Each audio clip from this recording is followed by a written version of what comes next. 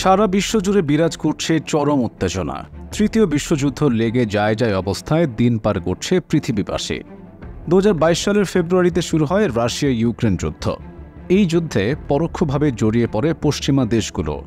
প্রতিবেশী দুদেশের চলমান সংঘাত কোনো সমাধানের মুখ দেখার আগেই ইসরায়েলে অতর্কিত আক্রমণ চালায় ফিলিস্তিনি স্বাধীনতাকামী গোষ্ঠী হামাস। হামাসের নজিরবিহীন হামলার রেশ কাটতে না কাটতেই গাজায় নির্বিচারে হামলা শুরু করে দখলদার ইসরায়েলি বাহিনী।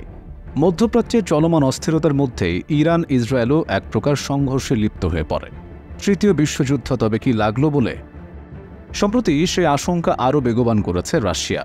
রাশিয়ার ভারপ্রাপ্ত পররাষ্ট্রমন্ত্রী সের্গেই ল্যাভরভ গত সোমবার এক বিবৃতিতে বলেছেন, পশ্চিমা দেশগুলো যদি ইউক্রেনের হয়ে লড়াই করতে চায় তবে তার জন্য রাশিয়া প্রস্তুত রয়েছে। এদিকে লাভরভকে উদ্দেশ্য করে রাশিয়ান রাষ্ট্রীয় সংবাদ সংস্থা RIA বলেছে, এটা তাদের অধিকার, তারা যদি যুদ্ধক্ষেত্রে আসতে চায় তবে যুদ্ধক্ষেত্রেই দেখা হবে। এমনকি রাশিয়ার পক্ষ থেকে পশ্চিমা সামরিক জোট ন্যাটোর সঙ্গে সরাসরি যুদ্ধে জড়িয়ে পড়ার বিপদ সম্পর্কেও সতর্ক করেছে দেশটির রাষ্ট্রীয় সংবাদ সংস্থা RIA। তবে রাশিয়ার এমন উস্কানিমূলক বিবৃতির পেছনে আছে পশ্চিমাদের জ্বালাময়ী বক্তব্য। ফ্রান্সের প্রেসিডেন্ট এমানুয়েল ম্যাক্রো সম্প্রতি বলেছেন, পশ্চিমা সেনাদের ইউক্রেনের হয়ে লড়াই করার সম্ভাবনা তিনি উড়িয়ে দেন না। তার এই মন্তব্যের পর থেকেই রাশিয়ার পক্ষ থেকে এমন বিরূপ প্রতিক্রিয়া আসে। এমানুয়েল ম্যাক্রো এই বক্তব্য দেওয়ার পর থেকেই আক্রোশে ফেটে পড়েছে রাশিয়া। পশ্চিমাদের বিরুদ্ধে লড়াই নিয়ে সতর্ক করে যাচ্ছে তারা। গত সপ্তাহে ক্রেমলিন বলেছে, ইউক্রেনে ন্যাটো সেনা পাঠালে তা অত্যন্ত বিপজ্জনক হয়ে দাঁড়াবে।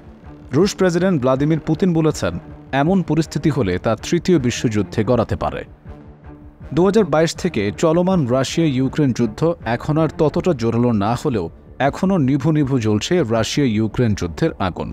মাঝে মাঝে দুদেশের বিভিন্ন স্থানে হয় ড্রোন কিংবা বোমা হামলা।